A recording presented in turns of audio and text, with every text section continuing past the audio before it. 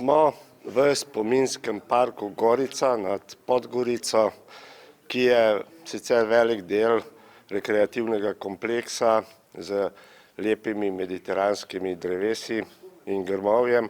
Za nami je grobnica narodnih herojev Črne Gore, v kateri je pokopanih 66 črnogorskih narodnih herojev in še dva druga revolucionarja oziroma pripadnika narodno-osvobodilnega gibanja. Gre torej za nekakšen osrednji spomenik Črne Gore, posvečen borcem. Postavljen je bil 13. julija 1957 na seveda obletnico začetka vstaje. V njej torej so pokopani ti heroji, z obeh strani vidimo partizana, ki čuvata grobnico. To ni, lahko bi rekli, neko največje umetniško delo, ki ga lahko vidimo v Črni Gori, posvečenega narodno-osvobodilnemu boju, je pa seveda osrednje. To je taj naš čuveni spomenik borcima protiv antifašizma, tako da sve u svemu ovdje mi najljepše za trening.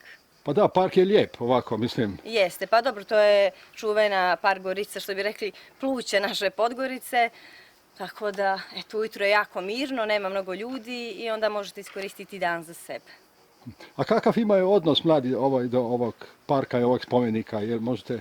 Pa u posljednje vrijeme, što se tiče naše prethodne vlasti, mnogo su radili na tome i na ovom, naš prethodni gradonačelnik baš je radio na ovom parku da bude sređeniji i to, ali sad što se tiče odnosa, dosta je ljudi koji vole da upropaste ovaj park, to bih rekla, da li od neke zlobe ili ne umijem vam objasniti, ali desi se da naprave nove klupe, da to bude sve uništeno. A spomenik se ne dira? Ne, spomenik ne bi smio, mislim da tu postoji neko ko čuva spomenik, tako da to ne bi smjelo da se narušava.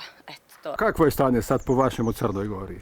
Kod nas u Crnoj Gori trenutno stanje užasno, znači katastrofa, nemam tu što da kažem, osim da je grozno stanje, da jednostavno ljudi ne poštuju državu koju su našli svoj mir, nekad kad su bili progonjeni i kad su bježali, našli su mir ovdje, ali to se više ne poštuje.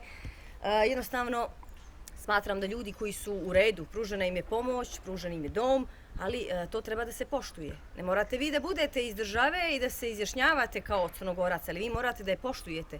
Državu, njene simbole, njen narod, to se poštuje. Ali ovdje se to ne poštuje, tako da stanje nam je grozno i vjerovatno, evo, bit će tu toku kako će biti i dalje, ali ne znam, nije sam nešto baš mnogo optimistična. Znači Crna Gora nekako podijeljena?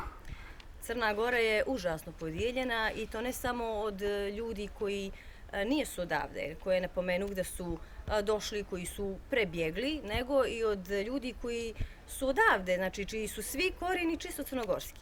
Tako da i ti ljudi žive u zabludi, neznanju, poštuju tuđu državu, tuđu zastavu, umjesto svoje korijene i svoje pretke koji su se borili, krvavo su se borili za ovu državu, ali to se ovdje ne poštuje. Eto, podijeljeni jesmo, umjesto da svi žive normalno, da pod jednom zastavom, kako bi trebalo da se ovdje poštuje, jer ovdje uvijek vlada mir. Ali očigledno prividen, čekao se taj jedan moment da se vlast promijeni i da se dobije ta, kako bih rekla, vjetar u leđe, da se probude stare, kao što su stari pokreti, neću ih sad navoditi, to je već politički, ne bih, ali to se probudilo, tako da ne znam što bi vam rekla još.